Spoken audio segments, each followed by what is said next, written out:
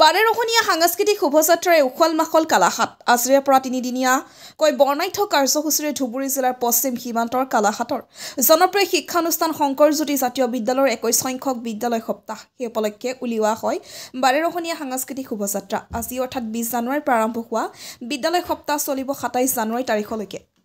আজি কাৰ্যসূচী মতে প্ৰথমতে বিদ্যালয় সপ্তাহৰ পতাকা উত্তোলন কৰা হয়। পতাকা উত্তোলন কৰে শংকৰজ্যোতি জাতীয় বিদ্যালয় পৰিচালনা সমিতিৰ সভাপতি মনীন্দ্ৰনাথ ৰায়। ইয়াৰ পিছে পিছে বাৰেৰহণীয়া সাংস্কৃতিক শোভাযাত্ৰা আৰম্ভ হয়। সাংস্কৃতিক শোভাযাত্ৰা শুভাৰম্ভ কৰে বিদ্যালয়খনৰ অধ্যক্ষ আব্দুল মুন্নাফ হুছেইন প্ৰধানীয়ে। বাৰেৰহণীয়া সাংস্কৃতিক শোভাযাত্ৰাত পশ্চিম অসমৰ বিভিন্ন জাতি জনগোষ্ঠীৰ সংস্কৃতিক অতি সুন্দৰভাৱে প্ৰদৰ্শন কৰা হয়। বিদ্যালয় সপ্তাহত বিদ্যালয়খনৰ ছাত্ৰ ছাত্ৰীৰ শাৰীৰিক মানসিক বিকাশৰ বাবে বিশেষ মনোযোগ দিয়া হ'ব বুলি বিদ্যালয়খনৰ অধ্যক্ষই জনাইছে। বিদ্যালয় সপ্তাহত ছাত্ৰ ছাত্ৰীৰ মাজত বাল্টিত বল দলিওৱা, উঠা বহা দৌৰ প্ৰতিযোগিতা, পানীত পাৰত প্ৰতিযোগিতা, বিস্কুট খেল প্ৰতিযোগিতা, কুকুৰা যুঁজ প্ৰতিযোগিতা, হাৰি ভঙা খেল প্ৰতিযোগিতা, কবিতা আবৃত্তি প্ৰতিযোগিতা, আকস্মিক বক্তৃতা প্ৰতিযোগিতা, গীত প্ৰতিযোগিতা, নৃত্য প্ৰতিযোগিতা, ভেকচন প্ৰতিযোগিতা, কুইজ প্ৰতিযোগিতা, বেডমিণ্টন ৰচনা প্ৰতিযোগিতা, জিকিৰ প্ৰতিযোগিতা, নাটক প্ৰতিযোগিতা আৰু ফেশ্বন শ্ব' প্ৰতিযোগিতা অনুষ্ঠিত হ'ব। আৰু চলিত মাহৰ 27 তাৰিখ সোমবাৰে ৰাতিপুৱা 10 বজাত বঁটা বিতৰণী সভা আৰু সাংস্কৃতিক অনুষ্ঠান অনুষ্ঠিত হ'ব। গোলকগঞ্জৰ পৰা Tapan Roy report, north east frontier news.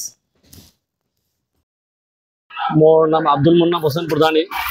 আমি শংকৰজ্যোতি জাতীয় বিদ্যালয়ৰ অধ্যক্ষ।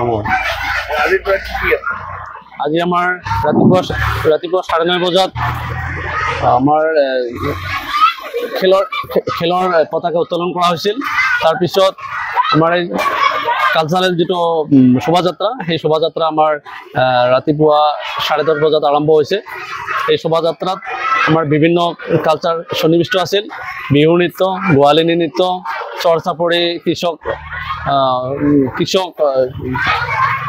সংস্থা আৰু আন এৱাৰনেছ প্ৰগ্ৰামো আছিল। বিভিন্ন কালচাৰৰ লগত সংগতি ৰাখি আজিৰ প্ৰগ্ৰামটো আমাৰ এই শোভাযাত্ৰাটো অনুষ্ঠিত হ'ল।